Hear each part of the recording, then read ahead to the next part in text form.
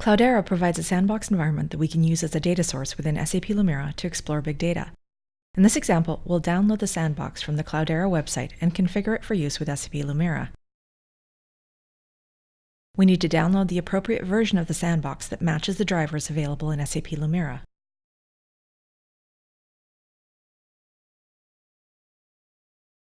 If we have not already logged in or registered for an account, we'll be prompted to do so. The Sandbox is several gigabytes, so it may take some time to download. Once the download is complete, we'll move the file out of the Downloads folder to a permanent location.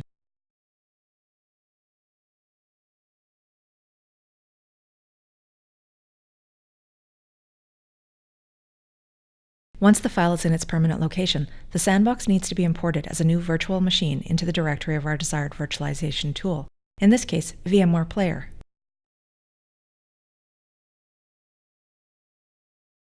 After the Sandbox has been imported, we need to make a few changes to the settings. First, in this example, we need to adjust the memory allocated to the virtual machine so that it has enough memory to start and run all of its services, but not so much that it starves the host machine of resources. In this example, we'll set the memory to 4096 megabytes. And second, we need to change the network adapter to bridged, which allows our host machine and the virtual machine to communicate with each other and with the internet. Now we can start the image. The image starts with the Hue interface already open. We can log in using the default username and password of Cloudera. Cloudera's Sandbox opens with the Quick Start wizard, which allows us to configure the system and get started.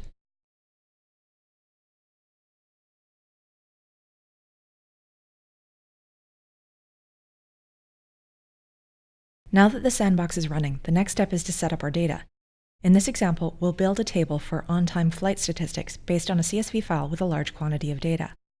First, we'll create a new directory and import the source file into the file browser.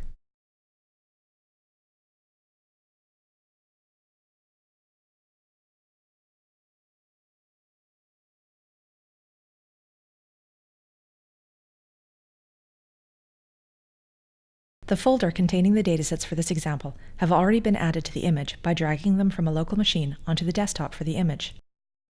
The spreadsheets here were downloaded from the website for the United States Department of Transportation, Bureau of Transportation Statistics, at www.transstats.bts.gov. The main spreadsheet contains the downloaded columns from the database for on-time performance, while the other files are lookup tables for airlines, cancellation reasons, and days of the week. We'll load the main spreadsheet only. Note that the size of this file is not representative of the size of data sources Hadoop is capable of handling. It's for demonstration purposes only. Note that the file has been uploaded to the directory. Next, we'll switch to the Hive query editor and create a temporary table to hold the data from the CSV file. In the query editor, we can use HiveQL syntax to construct statements to create and populate the temporary table. This query contains a new table called temp_flights. The table contains one column called call_value with a data type of string. Now we'll take a quick look at the table we just created.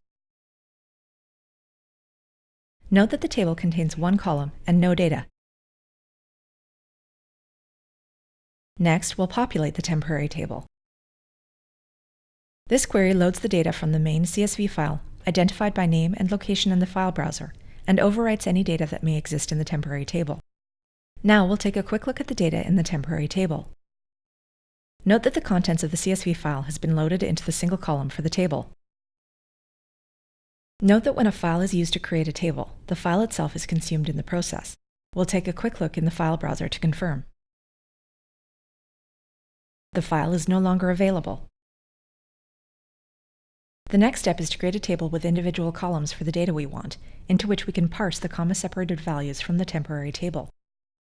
This query creates a new table with columns for each of the columns in the original file.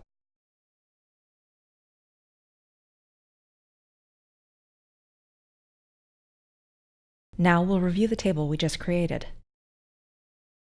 The table contains the columns defined in the query.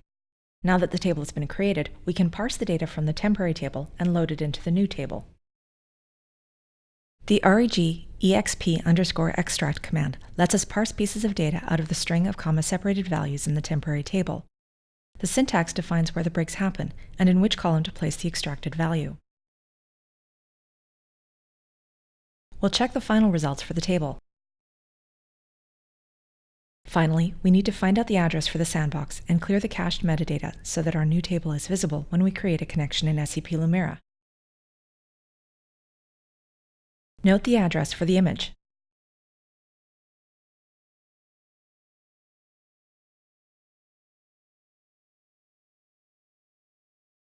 Now that the sandbox contains our data, we can acquire the dataset and create some visualizations.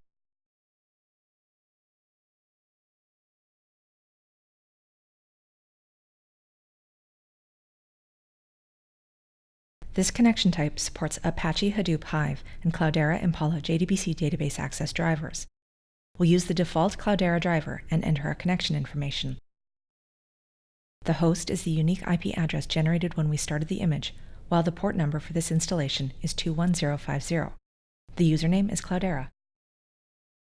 The left pane displays all of the available tables. No SQL is required, we just need to select our table. We can choose whether we'll sample our data and specify how much of the entire dataset we want to use for our initial exploration.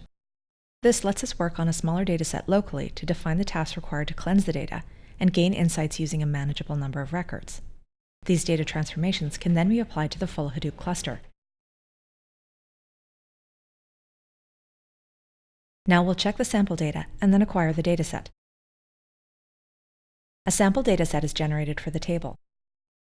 Note that this is where we can choose to generate the full dataset once we're satisfied with our data cleansing and visualization activities. We'll save the document before we go any further.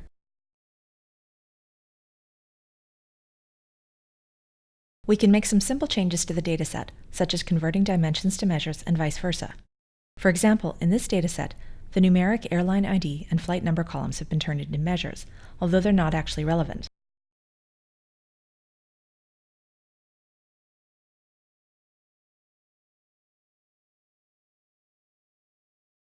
However, some features are not available because of the size of the dataset. For example, we're unable to create calculated measures and dimensions or generate hierarchies. For this type of dataset, we can only merge it with other Hadoop datasets.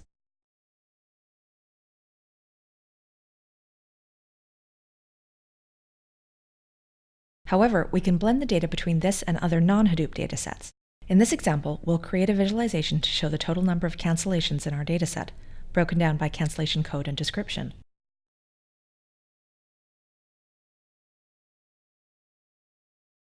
We'll need to acquire the lookup table that provides a description of the cancellation codes in our main dataset.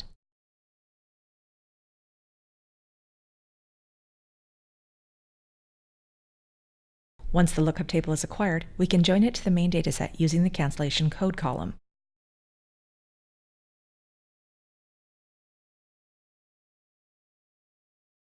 We'll also add the description of the type of cancellation and adjust the chart to display the additional information.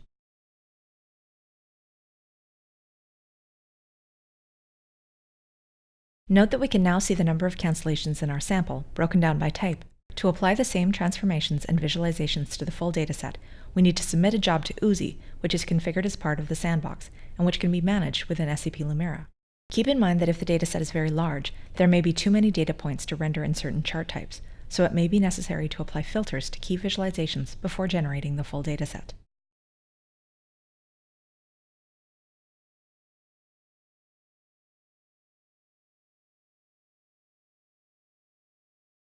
First, we'll specify a name for our document. Next, we need to define the settings for Oozie. In this example, the server for each of these settings is the IP address for the sandbox, although these services can be running on different machines in a full Hadoop implementation. The Oozie Hive site XML may not exist on the sandbox. If necessary, we can log into the terminal, change to the HDFS account, and copy the file into our new directory using the following code. Now we need to set up the web HDFS server in our preferences. As with the other servers, this is the IP address for our sandbox. Note that we need to add a new value in our host file that maps the IP address to the machine name quickstart.cloudera to enable communication between the machines.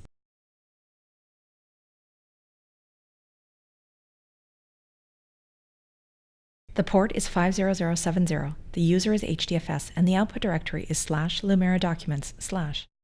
Note that the HDFS output directory must also exist in the virtual machine. If necessary, using the terminal, we can create the directory using the following code.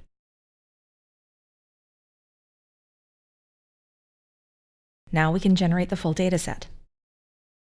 Now that the job has been scheduled, we can close the current document and check the status of the job in Oozie.